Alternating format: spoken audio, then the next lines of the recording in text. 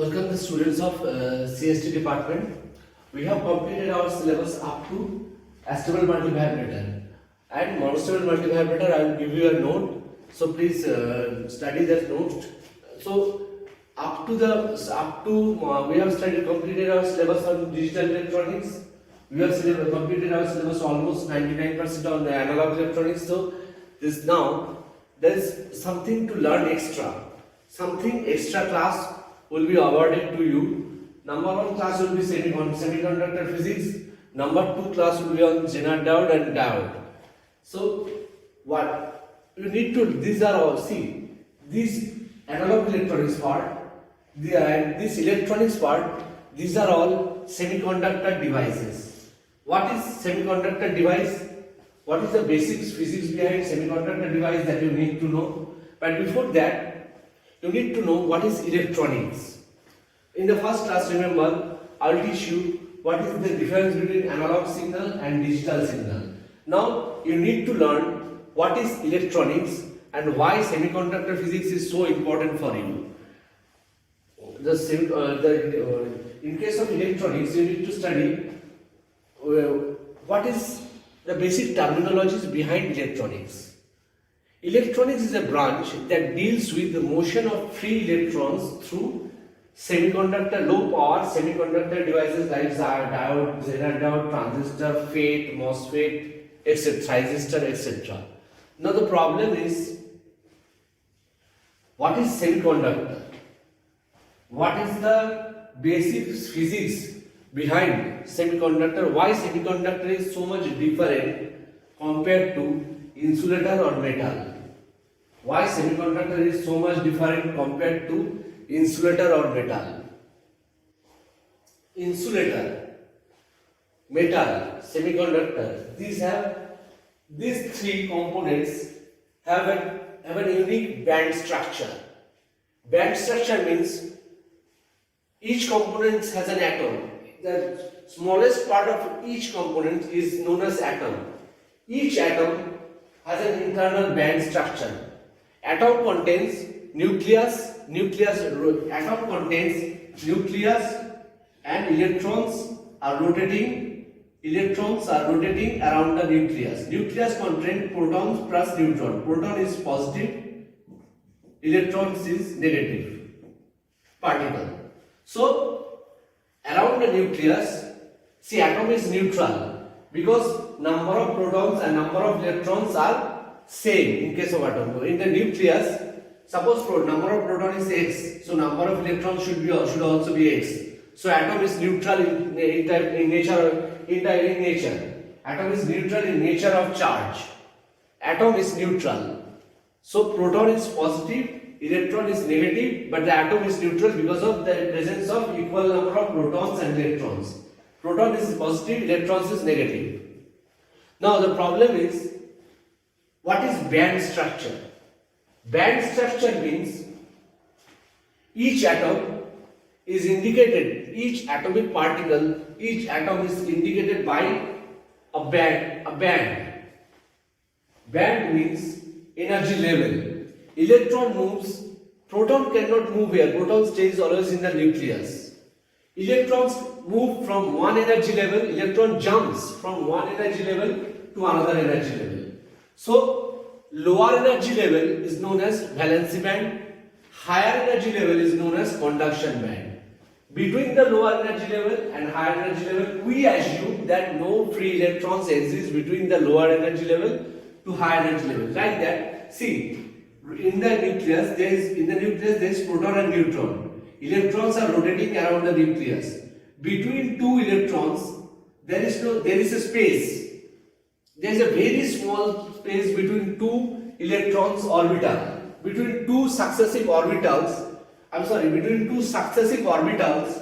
there is a small space. Electrons are rotating around the nucleus in an orbital. So between two orbitals, there is a small inner gap, This is an energy gap. Electron jumps from one energy level to another energy level, lower energy level to higher energy level after acquiring energy from external sources. This gap, this energy gap is known as forbidden gap. We assume there is no free electrons exist. We assume no free electrons exists in the forbidden gap. Now, see the band structure carefully. In case of insulator, the forbidden gap is high. So, why insulator is a bad conductor of current? Why? The reason is for the forbidden gap's width. The width of the forbidden gap in case of an insulator is 15 electron volt. It is not easy for the electron to overcome this huge width of the forbidden gap, even if it acquires energy from the external energy source. So it is not easy for the electron to overcome that huge amount of forbidden gap energy. In case of semiconductor, this forbidden gap width is 1.5 to 2.3 electron volt, depending on the nature of semiconductor, that we will discuss later. And in case of metal, forbidden this valency band and conduction band, they overlap each other. They coincide with each other. So it is very easy for the electron to just to acquire small amount of energy and it moves up to the conduction band. Huge number of electrons can easily go to the conduction band from valency band. So flow of current starts. In case of insulator, it doesn't happen. So flow of current is very less. Even you can say zero in case of insulator. So depending on, now let us move to the semiconductor. But before moving to the semiconductor, you need to know another thing that is called Fermi level.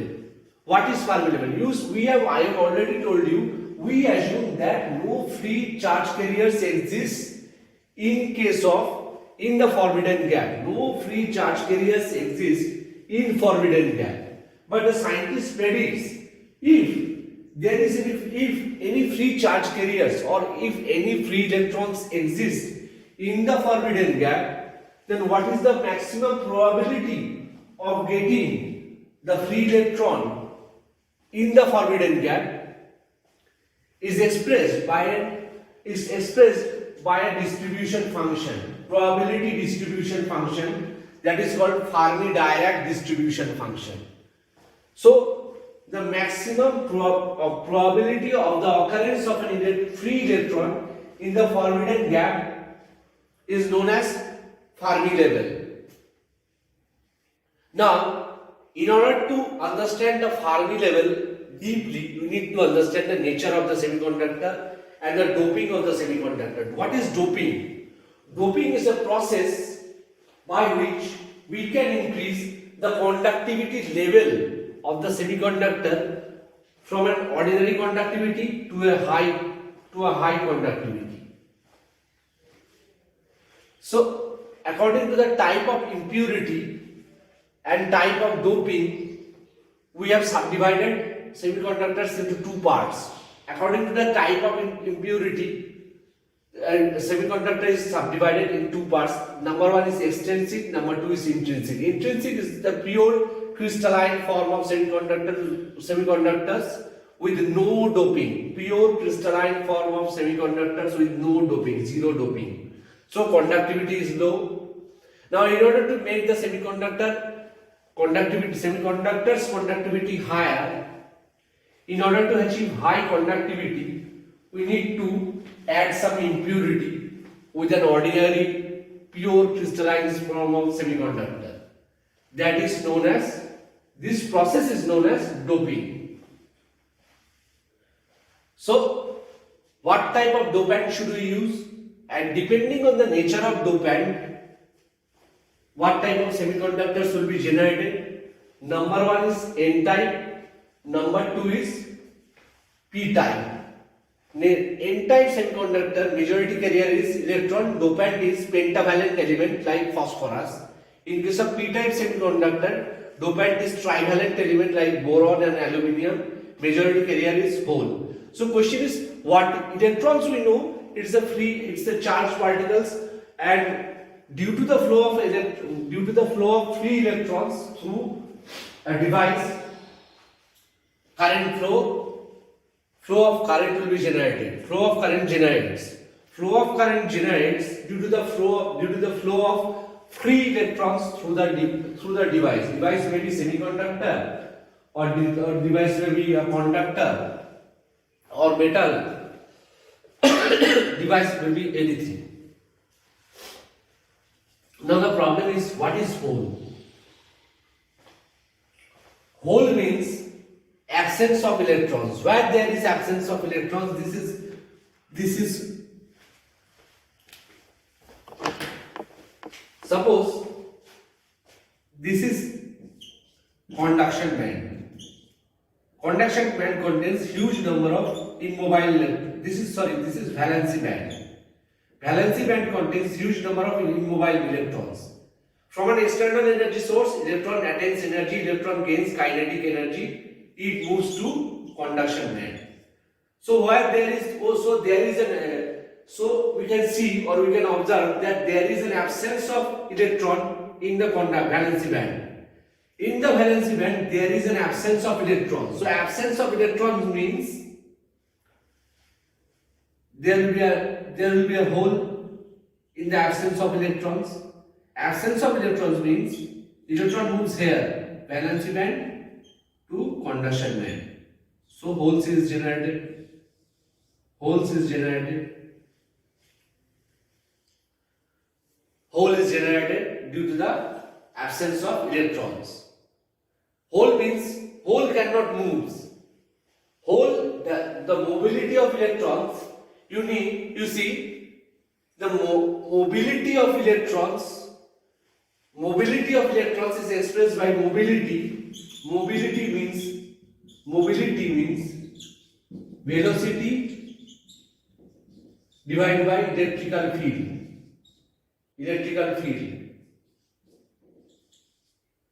So its unit will be velocity is meter per second. Velocity is meter per second. Electrical field intensity is volt per meter.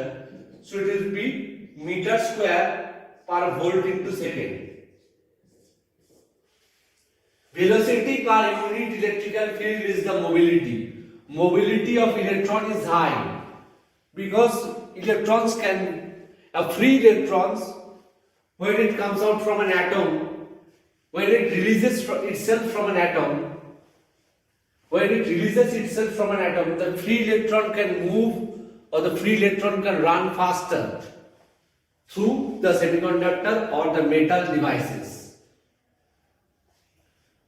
Now, holes cannot move. Holes means absence of electrons is known as holes. Now the problem is, let's go to the Fermi level.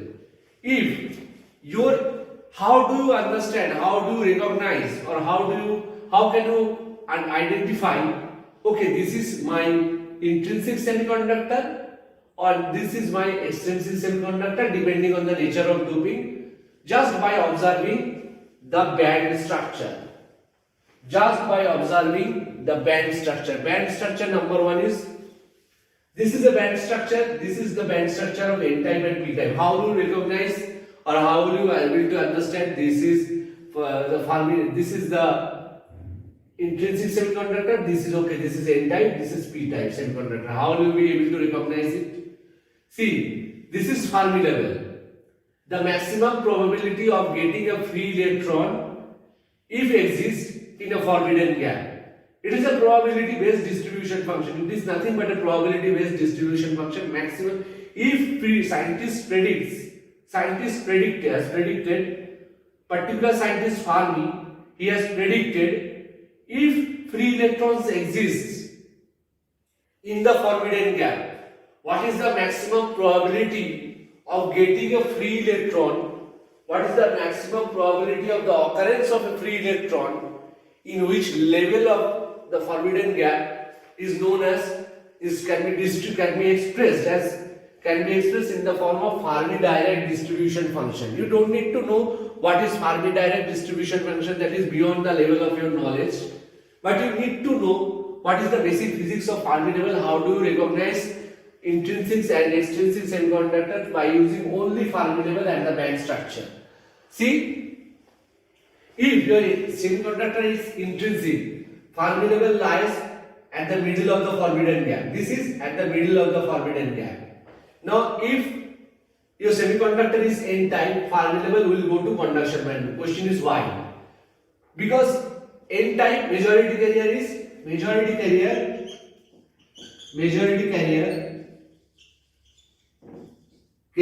electron. Electron has a general tendency to acquire sufficient energy from the external energy source and move to the conduction band. It has a natural tendency to become free and it will go to high energy level, lower energy level to high. It will move to lower energy level to high energy level.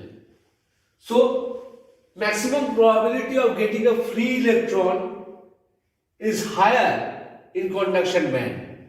So, Fermi level after doping, after you dope an intrinsic semiconductor with pentavalent impurity like phosphorus, the Fermi level, you will see the band structure, the Fermi level will go to the conduction band. And if you dope it with the trivalent material to construct a p-type semiconductor, Fermi level will go to the valence band. Why? P-type semiconductor majority carrier is hole. So holes cannot move. Holes means the absence of electrons. It is immobile or stationary. Holes cannot move. Holes means absence of electron. Where there is absence of electrons, there is hole. Hole cannot move. The mobility factor of hole is known as zero. It is stationary, so it will remain in the valency band forever. So the probability of, because minority carrier is electron in p-type semiconductor, the probability of getting electrons, the probability of getting majority carrier holes is higher in case of valency band, in case of p-type semiconductor. So if you dope an intrinsic semiconductor with trivalent material like boron, aluminium, your Fermi level will go to valency band. It will move down to valency band.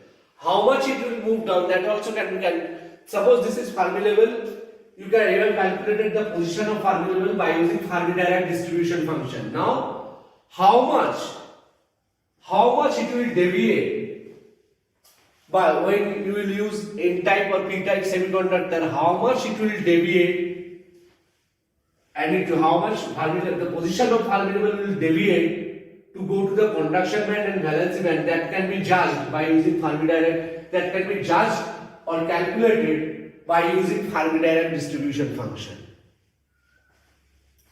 So this is basically known as semiconductor physics. This semiconductor physics will enable you to know what is semiconductor, nature of semiconductor, based on the type of impurity and the nature of doping, band structure, Fermi level, how will you identify insulator, semiconductor and metal with the help of band structure, how will you identify extrinsic and intrinsic semiconductor based on Fermi level and the nature of doping. These are all nothing but semiconductor physics part. So, hope you have enjoyed the class. In tomorrow's class, I will teach you diodes and Zener, ordinary diodes and Zener diodes. Thank you.